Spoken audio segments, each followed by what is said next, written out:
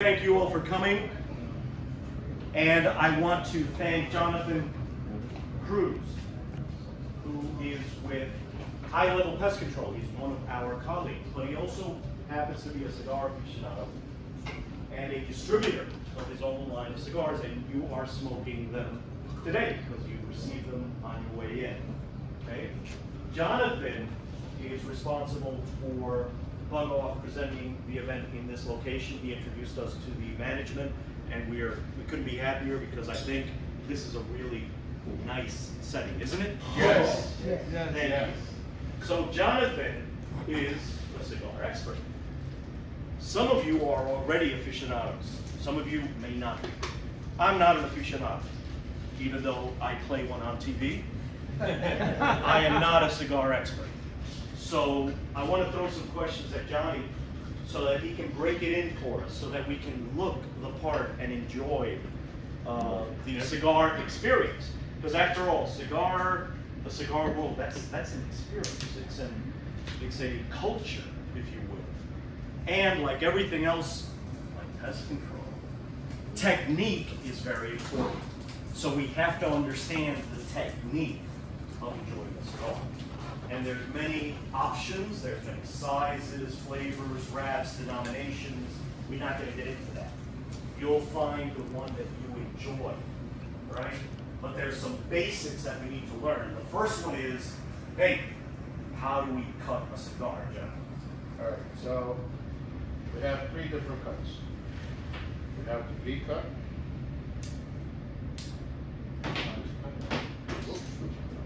We have a punch.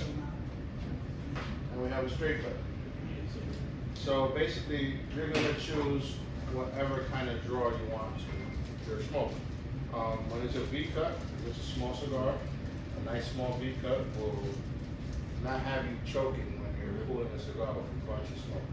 Now, if you're doing a 6x60 range, which is one of the double wraps that you guys have, if you want to do a nice straight cut or a V cut, the V cut would eliminate the amount of smoke that's going to come into your mouth when you pull it. And the last thing you want to do is to inhale a cigar. You inhale a cigar, you're going to be drunk for at least 4 or 5 hours. I guarantee it. You know? So I'm going to choose today a V cut. So basically we get like a wedge, Yeah. like a little wedge at the tip. So when you're lighting your cigar, you always want to toast your cigar. The reason that you're going to toast your cigar is because you want it to burn evenly. Can everybody see? Burn evenly, and once you do that, you light it.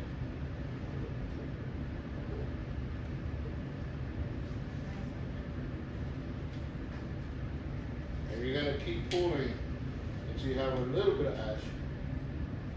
Like this, you see how your cigar is burning. The last thing you want to do is light your cigar and put it down.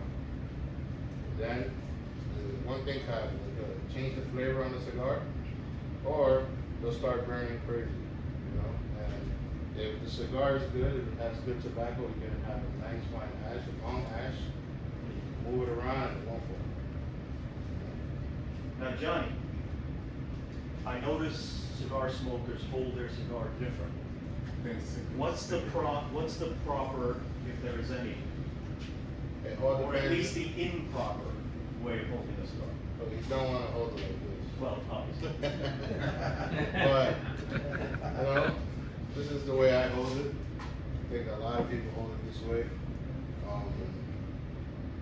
There's no, the only improper way to hold your cigar is, you know, looking in front of it, holding it. You know, Right. like So don't hold it like a British dandy. We certainly don't want to drop the cigar, so we have to have control, right? And I've seen some people, I mean, if it's a long cigar, I've seen guys use it with 3 fingers, hold it with 3 fingers, 2 fingers. But holding it in the crook is about as safe as you can go, am I right? I have a question. You said holding it on the band. Does that protect the cigar from the oils from your finger from getting onto the cigar? No. If you have oils on your finger that's getting towards the cigar, you have to go wash your hands. Exactly. Because the only thing that this band is just for, you know, Just display. for advertising. Yeah. And once you do reach this area, you remove the band immediately because you will start smoking paper and your taste will change. One thing that I don't recommend that you do is put down a cigar, cut it, put it in a bag, and save it for the next day. That's gonna change the flavor completely. You know, so if you're gonna start a cigar, we recommend that you finish it. So you commit, am I right? Yeah. So you don't wanna cut it, put it in a I have a Ziploc, question. save it for the next day. Okay, question? Some people say you could dip it Ooh. in No. bourbon or You something. can dip it, but what's the point of dipping the cigar when you're smoking the cigar to get the flavor of the tobacco? Now, if you wanna dip it and taste smoke and liquor, that's different. You don't ever go to the cigar shop and dip your cigar. You're gonna look crazy. You're gonna look inexperienced. Now that having been said, I've selected the liquors today, the spirits, the wine, so that they match nicely with the cigars you're smoking. They're gonna be darker liquors, darker beers, heftier Cabernets. Matter of fact, I have a Cabernet there that's aged in a bourbon barrel with a 15% alcohol content. Yeah. So I do expect half this room to be shit-faced by the end of the year. But the good thing is it's gonna pair well with the cigar. We're not gonna have, so no dipping, but certainly choose what you're gonna drink.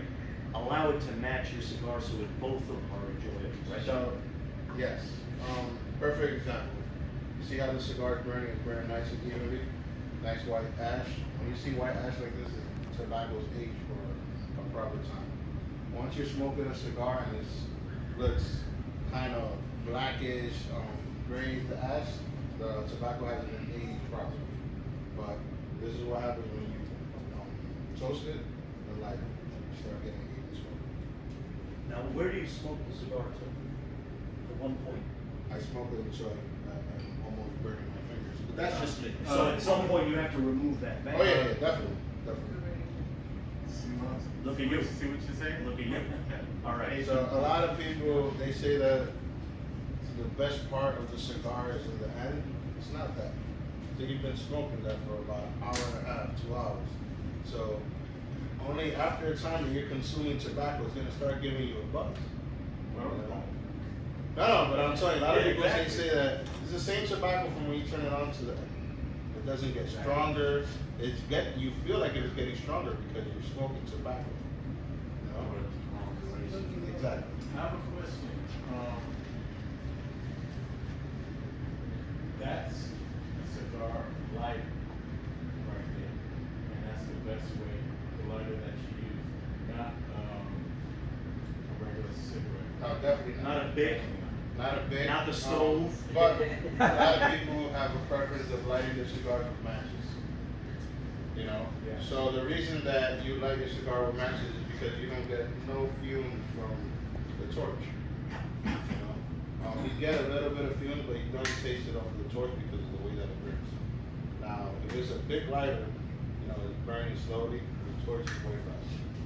Yeah, I think that a big lighter, regular big cigarette lighter, you're going to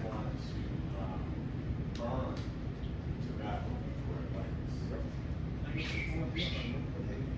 The intensity of the cigar lighter, by the whole bada bing, you get the job done, and it'll be exactly how you said it. Now, the last point, Johnny, before we bust into the wheel.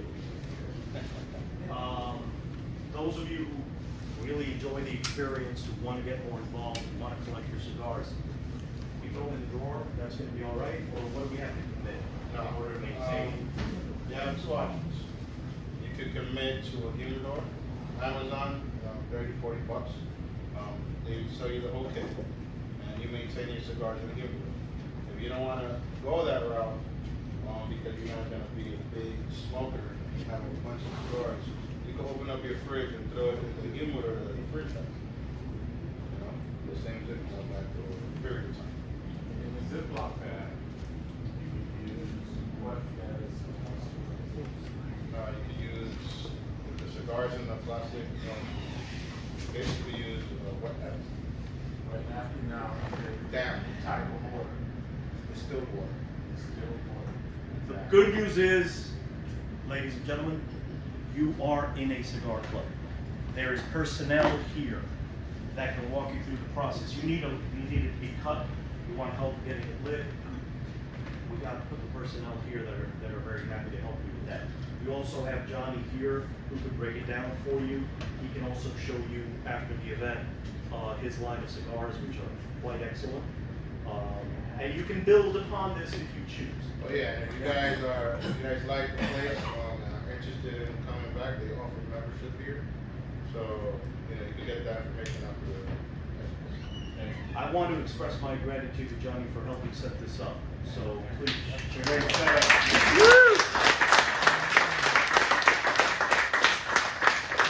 Now this is a state-approved training program. So even though we're going to have an enjoyable experience, we're going to have some fun, we're going to be relaxed. Ever been to a training program like this? Hell no. How many of you have been to my training programs? You know that we do things off the wall a little bit, don't you? Cruise around Manhattan, go-kart events, Viking events where we're drinking vodka off a slide and having the girls dressed up like little Vikinettes in miniskirts. This is what we do. And the turkey drumsticks. And the turkey drumstick, that's what you care for, yes.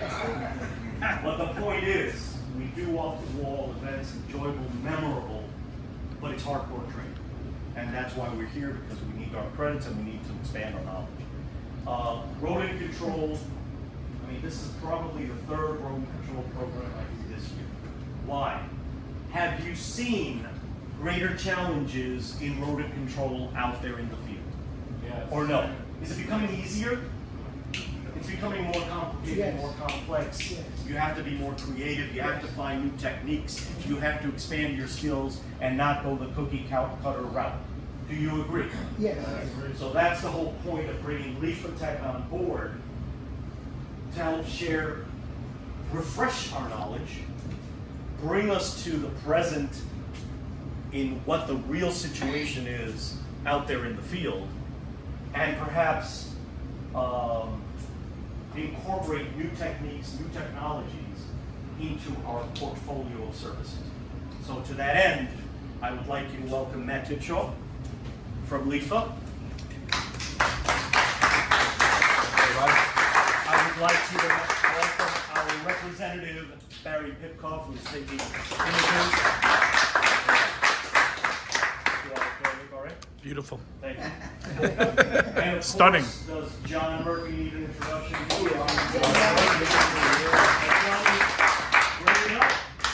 Let's get started. Folks, the bar is open. Light up your cigars if you wish, but learn. That's the whole reason we're here primarily. All right? We're going to have food later. We're going to have the rest of the night to enjoy each other's company. But Johnny, take over. Thank you, Ed. Good evening, everybody. All right, we've got cigars and food and drink. Is anybody in the room representing New York State DEC? We got snitches. Is anybody in the room representing PETA, the Protection and Ethical Treatment of Animals? You're raising two hands. I'm going to escalate down. So, who likes to kill rodents? Yeah. I mean kill. Like, who likes to kill rodents? Everybody here. So Andy put together, once again, a meeting that's a little lengthy here. So there's about 3 chapters. There's an hour, and an hour.